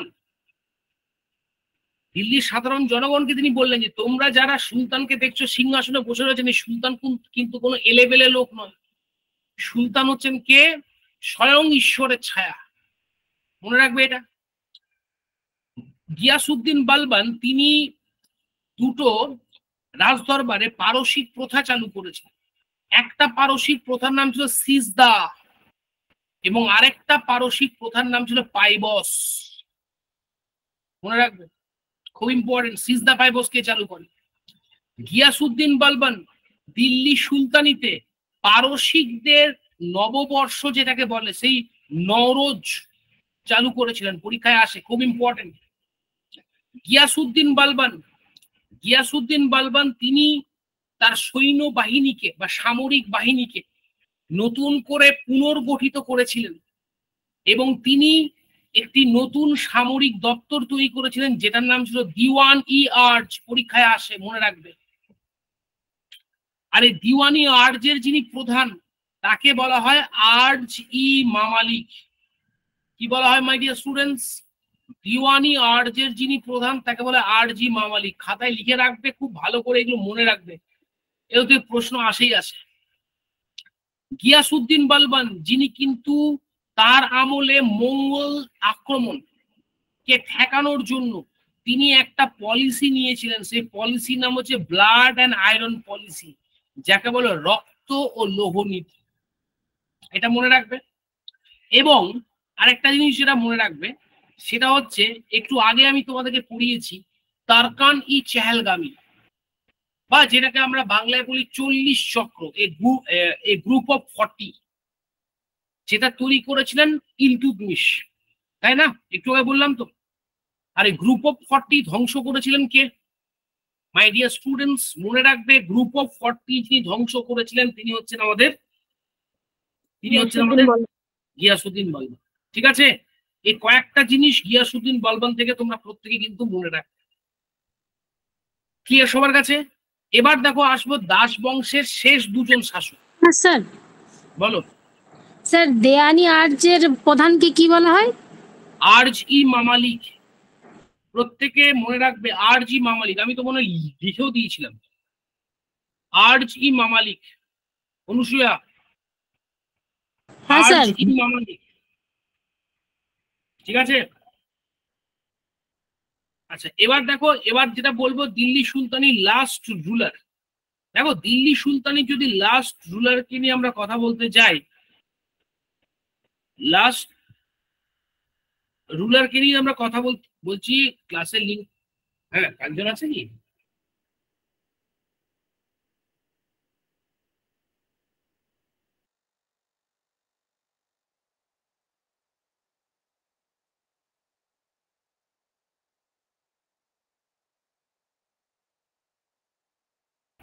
তো দিল্লি সুলতানের যিনি লাস্ট রুলার ছিলেন তার সম্পর্কে শুধু মনে রাখবে কায়ুমার্স, জাস্ট এইটুকু, আর কিচ্ছু মনে রাখার দরকার নেই।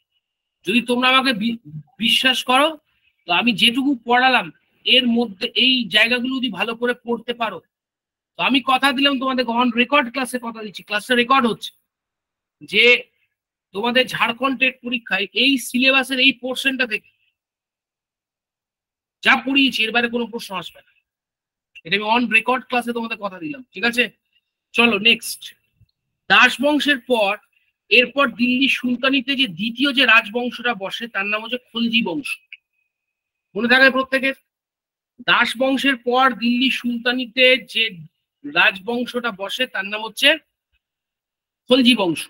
তাহলে খলজি বংশ থেকে আমরা একটা জিনিস তো এখানে মনে রাখতেই পারি, যে খলজি বংশকে আমরা দিল্লি সুলতানির দ্বিতীয় রাজবংশ বলতে পারি। কি গো, বলতে পারি তো নাকি? হ্যাঁ কি না বলতে পারি? হ্যাঁ স্যার, একদম ঠিক, ভেরি গুড। খলজি ডাইনাস্টির সময়কালটা কত? 1290 থেকে 1320।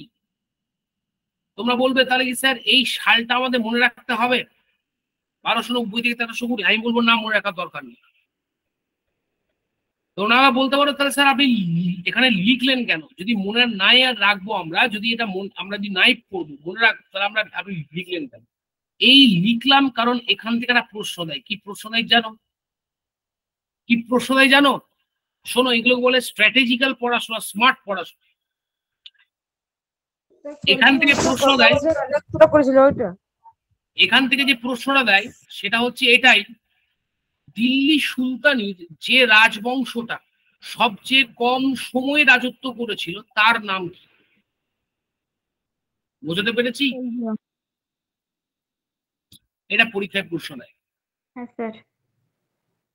দিল্লি সুলতানিতে কটা রাজবংশ ছিল? 5টা রাজবংশ ছিল তো। তার মধ্যে সবচেয়ে অল্প সময় যারা রাজত্ব করেছিল তারা হচ্ছে খলজি রাজবংশ। মাত্র কত বছর স্যার? 30 বছর।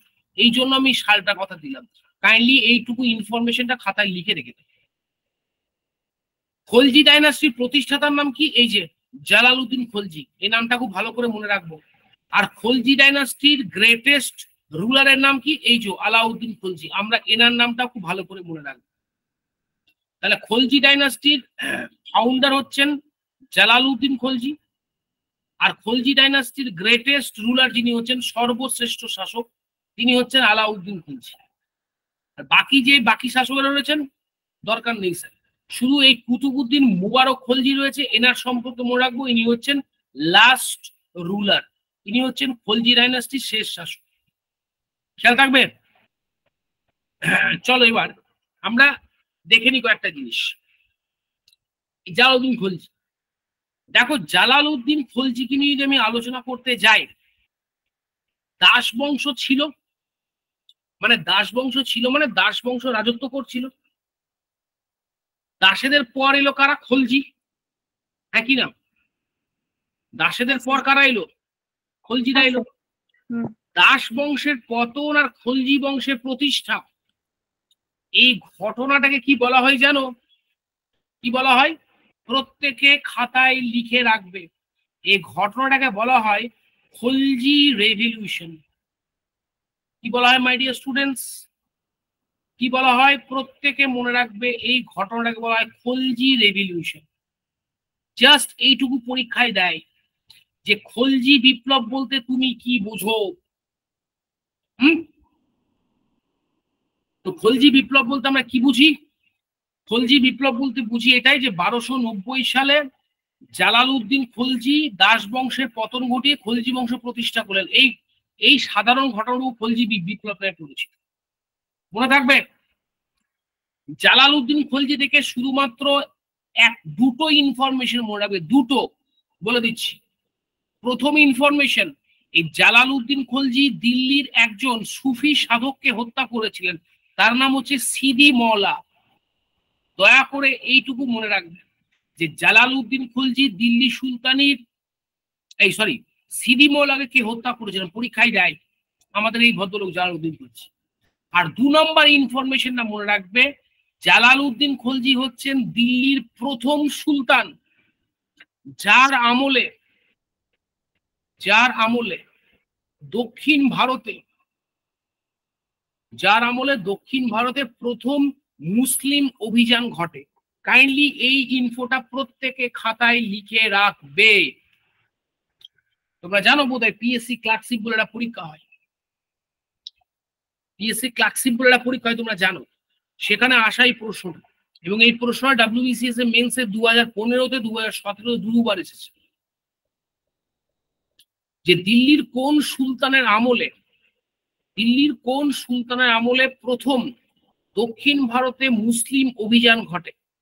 ছেলেমেয়েরা ভুল করে বলে দেয়, উত্তরে আনসার করে দেয় আলাউদ্দিন খলজি। না, মনে রাখবে দক্ষিণ ভারতে দিল্লির যে সুলতানের আমলে প্রথম অভিযান ঘটে তার নাম হচ্ছেন আমাদের এই জালালউদ্দিন খলজি। মনে থাকবে, ব্যাস এইটুকুই। জালালউদ্দিন খলজির পর আমরা চলে যাব খলজি বংশের সর্বশ্রেষ্ঠ শাসক আলাউদ্দিন খলজিকে নিয়ে।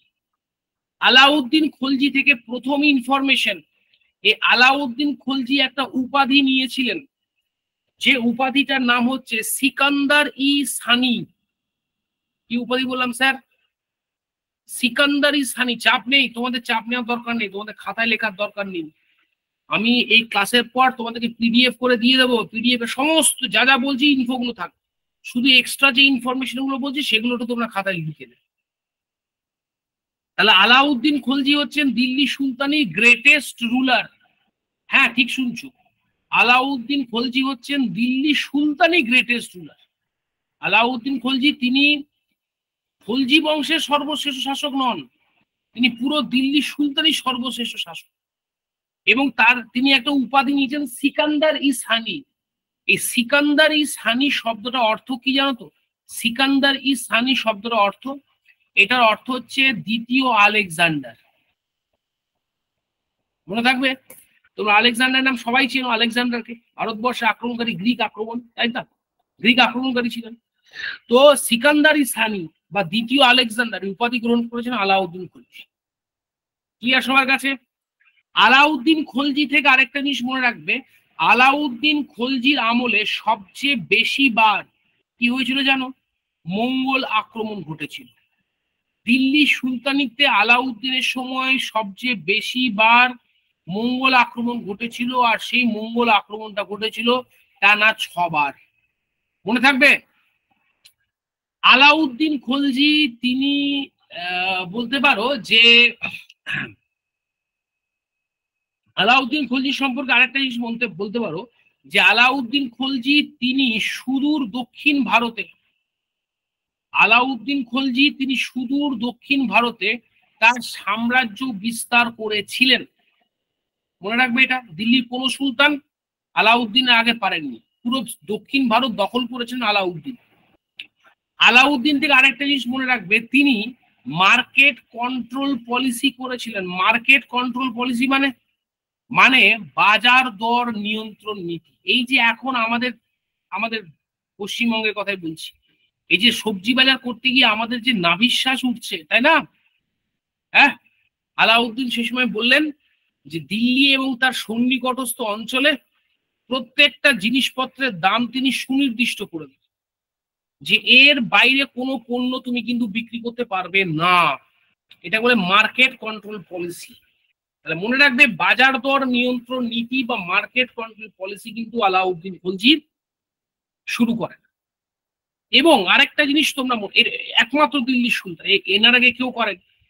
এবং আলাউদ্দিনের সম্পর্কে আরেকটা জিনিস মনে রাখবে, আলাউদ্দিন খলজি তিনি আলাই দরওয়াজা, মাই ডিয়ার স্টুডেন্টস, তিনি আলাই দরওয়াজা যেটাকে বলে, এই আলাই দরওয়াজা তিনি কিন্তু তৈরি করেছেন। এটাও পরীক্ষায় দেয় যে আলাই দরওয়াজা কে তৈরি করেছিলেন? আলাউদ্দিন খলজি। এই হচ্ছে আলাউদ্দিন খলজি থেকে কয়েকটা ইনফরমেশন, ঠিক আছে? এরপর দেখো খলজি ডাইনাস্টির যারা রুলার রয়েছেন আলাউদ্দিন খলজির পর, এটা আলাই দরওয়াজার ছবি। এরপর তোমার খলজি ডাইনাস্টির যারা বাকি রুলার রয়েছেন তাদেরকে নিয়ে আমরা বিন্দুমাত্র মাথা ঘামাবো না। কেন মাথা ঘামাবো না স্যার?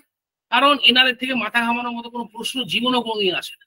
শুধু একটা জিনিস আমরা মনে রাখবো, কুতুবউদ্দিন মুবারক খলজি, যার নাম আমার PPT-তে দেওয়া আছে, তিনি হচ্ছেন দিল্লি এই খলজি ডাইনাস্টির লাস্ট রুলার। খলজিদের পর যে রাজবংশটা দিল্লি সুলতানিতে রাজত্ব করতে এলো তার নাম হচ্ছে তুঘলক বংশ।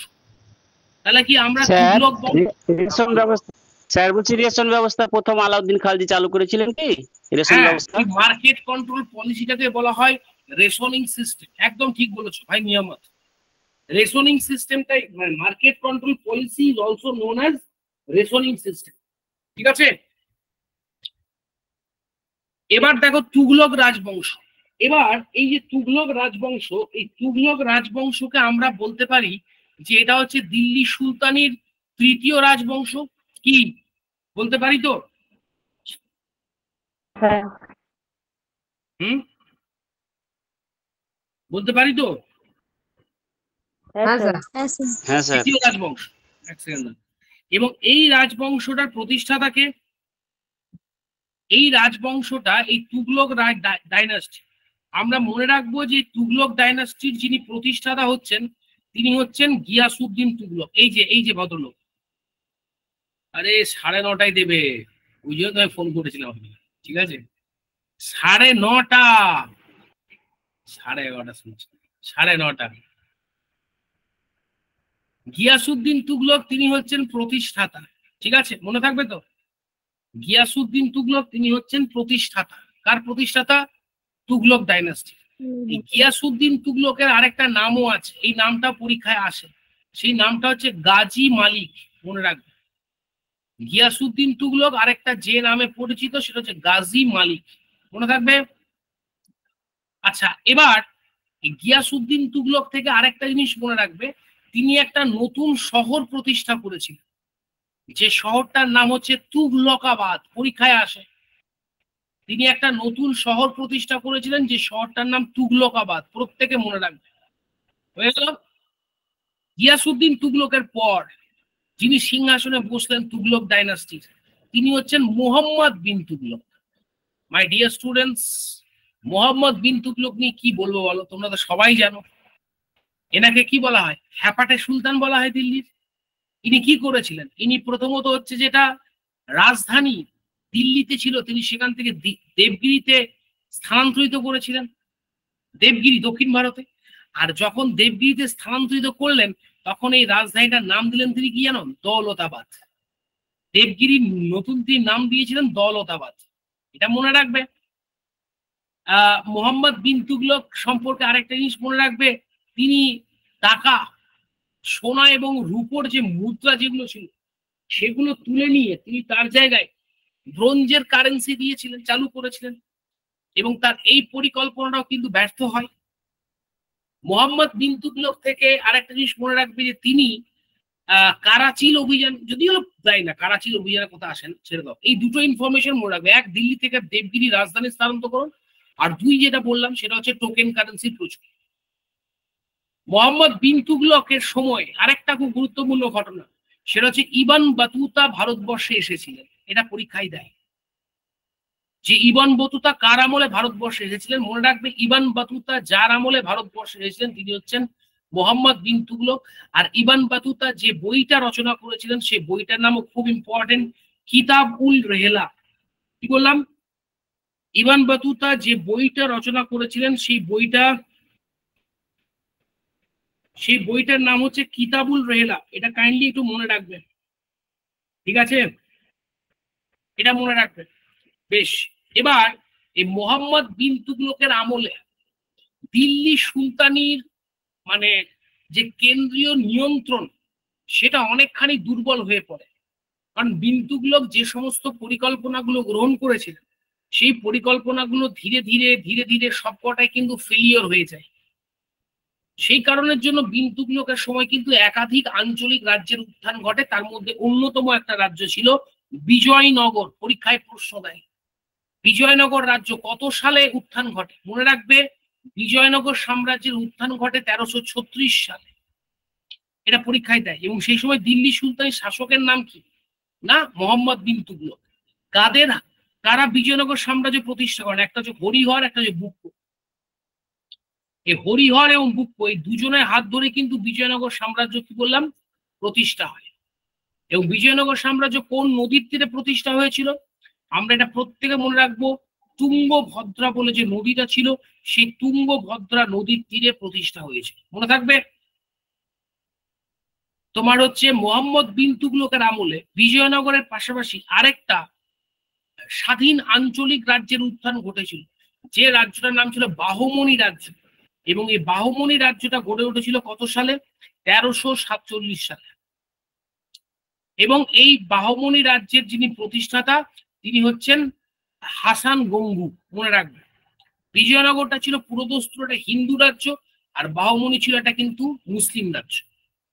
আর আমাদের বিন তুগলকের আমলে আরেকটা স্বাধীন রাজ্যের উদ্ভব ঘটেছিল, যেটার নাম ছিল মাদুরাই। মাদুরাইয়ের সুলতানি, সুলতানের তো মাদুরাই, মাদুরাই সুলতান। এবং এই মাদুরাই সুলতানের প্রতিষ্ঠাতা ছিলেন কিন্তু হাসান শাহ। ঠিক। মোহাম্মদ বিন তুগলকের পর আমরা বলবো ফিরোজ তুগলকের কথা। ইনিও তুগলক বংশের শাসক। মাই ডিয়ার স্টুডেন্টস, এই ফিরোজ তুগলক সম্পর্কে একটা জিনিস তোমরা প্রত্যেকে মনে রাখবে। পিপিটি দেখা যাচ্ছে না। পিপিটি দেখা যাচ্ছে না? বলো কি? দেখা যাচ্ছে স্যার, দেখা যাচ্ছে। দেখা যাচ্ছে তো? তোমার যে বললে দেখা যাচ্ছে না, কাইন্ডলি একটু লেফট করে একবার জয়েন করো, ইন্টারনেট ইস্যু হতে পারে। ঠিক আছে? হ্যাঁ, কি বলছিলাম জানো? এবারে বলো ফিরোজ তুগলকের কথা, তাই তো? দেখো, ফিরোজ তুগলককে নিয়ে আমি আলোচনা করতে যাই, একটা জিনিস তোমরা প্রত্যেকে মনে রাখবে যে ফিরোজ তুগলককে কি বলা হয় জানো? ফিরোজ তুগলককে কি বলা হয় জানো? ফিরোজ তুগলককে বলা হয় দিল্লির সুলতানি যুগের আকবর। কাইন্ডলি প্রত্যেকে মনে রাখবে, আকবর অফ দিল্লি সুলতানি। এটা এই প্রশ্নটা পরীক্ষায় আসে যে দিল্লির কোন সুলতানকে সুলতানি যুগের আকবর বলা হয়। মনে রাখবে ফিরোজ তুগলককে বলা হয়। ফিরোজ তুগলক তিনি পুরীর জগন্নাথ মন্দির আক্রমণ করেছিলেন, পরীক্ষায় আসে। ফিরোজ তুগলক জ্বালামুখী মন্দির আক্রমণ করেছিলেন, এটা পরীক্ষায় আসে। এবং ওই যে জ্বালামুখী মন্দির যেটা নাগারকোটে অবস্থিত, সেই জ্বালামুখী মন্দির থেকে তিনি 1300 তোমার সংস্কৃত গ্রন্থ পেয়েছিলেন। সেই 1300 সংস্কৃত গ্রন্থকে তিনি পার্সিয়ান ভাষায় অনুবাদ করিয়েছিলেন। আর সেই অনুবাদটার নাম হচ্ছে দালালিল ই ফিরোজ শাহী। কি বললাম? এটার নাম হচ্ছে দালালিল ই ফিরোজ শাহী। দেখো আমার পিপিটিতে দেওয়া আছে। ফিরোজ তুগলক থেকে আরেকটা জিনিস মনে রাখবে, ফিরোজ তুগলক তিনি অমুসলিম যারা প্রজা ছিল, তার রাজ্যের যারা অমুসলিম প্রজা ছিল তাদের ওপর তিনি একটা কর চাপিয়েছিলেন, আর সে করটার নাম ছিল জিজিয়া। মনে রাখবে। এবং এই জিজিয়া নামক করটা তিনি যারা ব্রাহ্মণ ছিলেন, যারা ব্রাহ্মণ তাদের উপরও তিনি চাপিয়েছিলেন। ফিরোজ তুগলক অনেকগুলো উন্নয়নমূলক কাজ করেছিলেন, যেমন তার সময় সবচেয়ে বেশি ফলের বাগান তৈরি করা হয়েছিল, পরীক্ষায় দেয় 1200 ফলের বাগান। তিনি ধর্মীয় দিক থেকে অর্থোডক্স ছিলেন, মানে গোড়া একজন ছিলেন, ধর্মীয় গোড়ামি তার মধ্যে ছিল। তাই তিনি শরীয়ত অনুযায়ী, ইসলাম ধর্মের শরিয়ত অনুযায়ী তিনি 4টে কর প্রবর্তন করেছিলেন, একটা খারাজ, একটা যাকাত, একটা খামস, এবং আরেকটা করের নাম হচ্ছে তোমার, মনে রাখবে, জিজিয়া। ঠিক আছে, জিজিয়া। ফিরোজ তুগলক তিনি একটা আত্মজীবনী রচনা করেছিলেন, দিল্লির প্রথম সুলতান কেউ রচনা করেননি ফিরোজ তুগলকের আগে, সেটার নাম ছিল ফুতুহাত ই ফিরোজ শাহী। ফিরোজ তুগলক দাবি করছেন যে তিনি নাকি 300টা নতুন শহর প্রতিষ্ঠা করেছিলেন। কি বললাম, বুঝতে পেরেছো তো?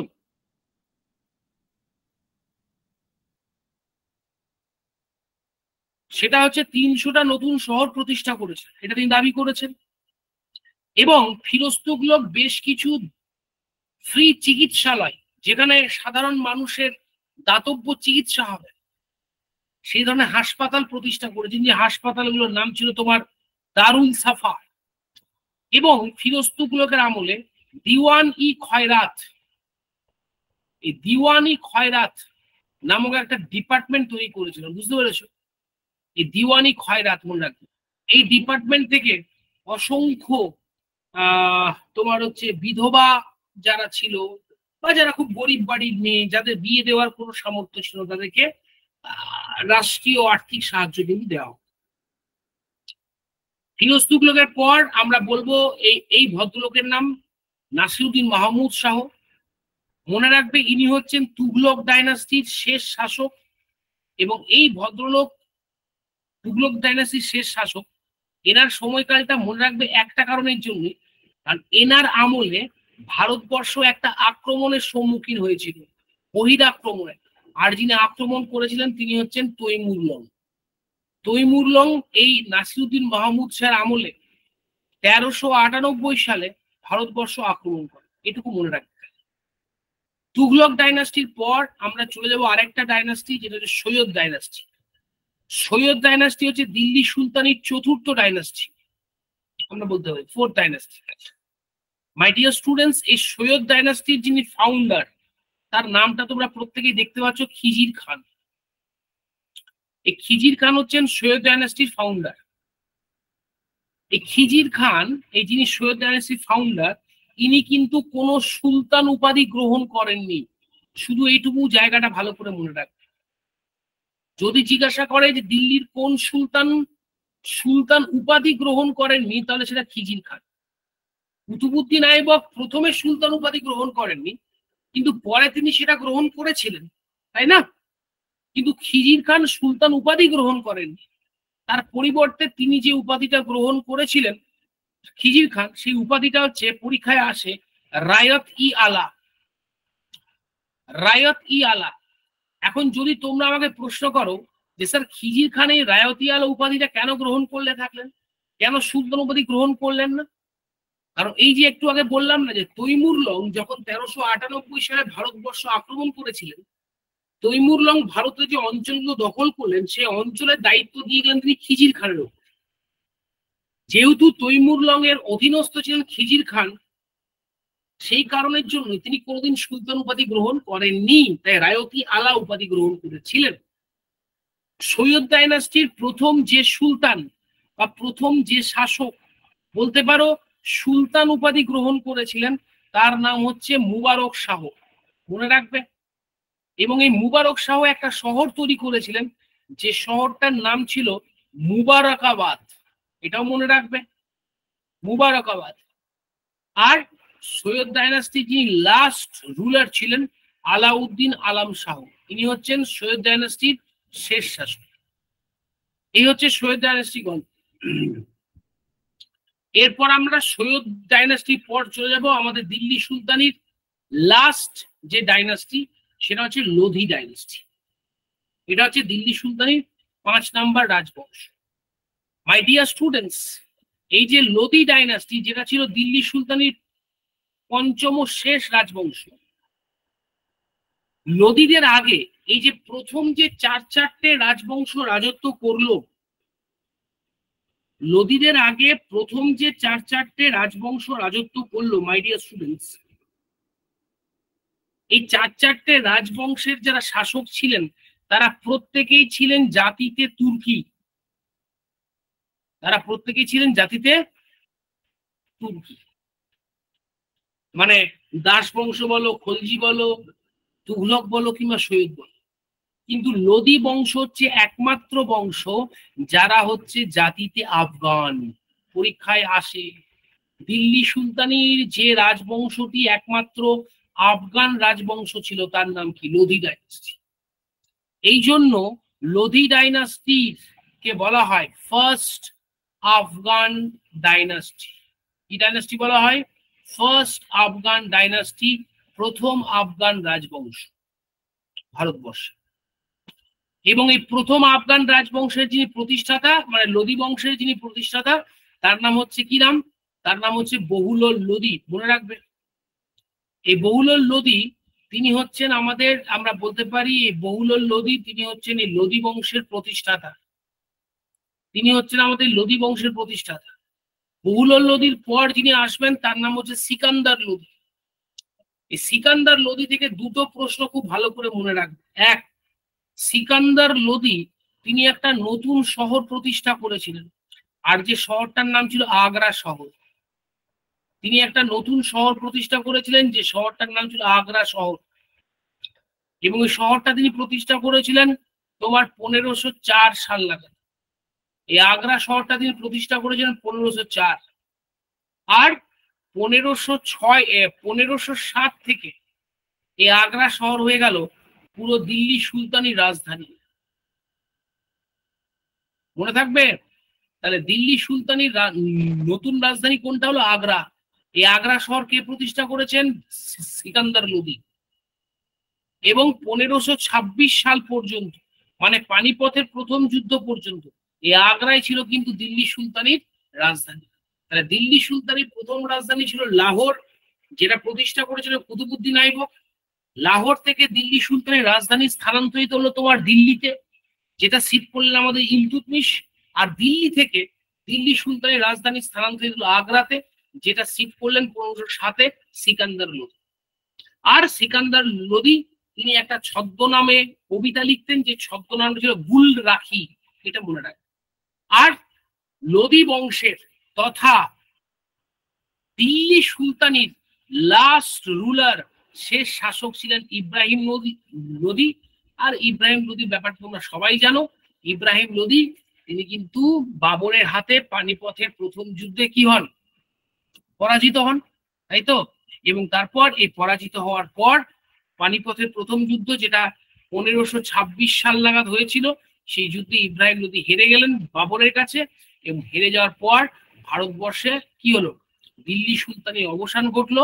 এবং এবং যেটা হলো সেটা হচ্ছে তোমার মুঘল ডাইনাস্টির প্রতিষ্ঠা, তাই তো? সো স্যার, এই হচ্ছে আমাদের আজকের ডিসকাশন। এবার যদি তোমাদের কারো কোনো বক্তব্য থাকে, তোমাদের যদি কারো কোনো প্রশ্ন থাকে, তো তোমরা নির্দ্বিধায় করতে পারো। দিল্লি সুলতানির পুরো টপিকটা কমপ্লিট। এরপর এটার পিডিএফ আমি তোমাদেরকে পাঠিয়ে দেব। বলো।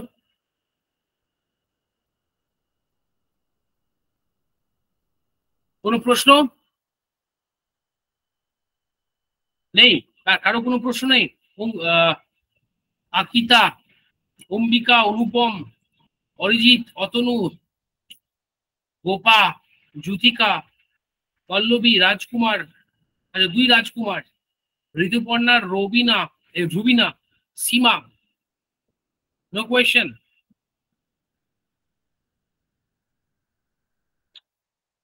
কোনো প্রশ্ন নেই তো? হ্যালো? নেই স্যার। হ্যালো হ্যাঁ বলো।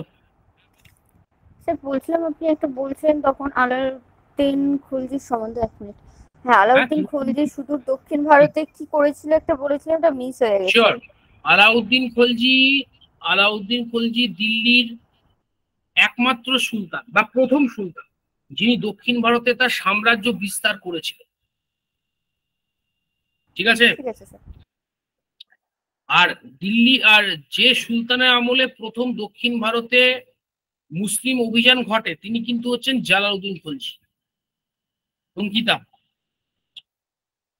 হ্যাঁ স্যার, ঠিক আছে।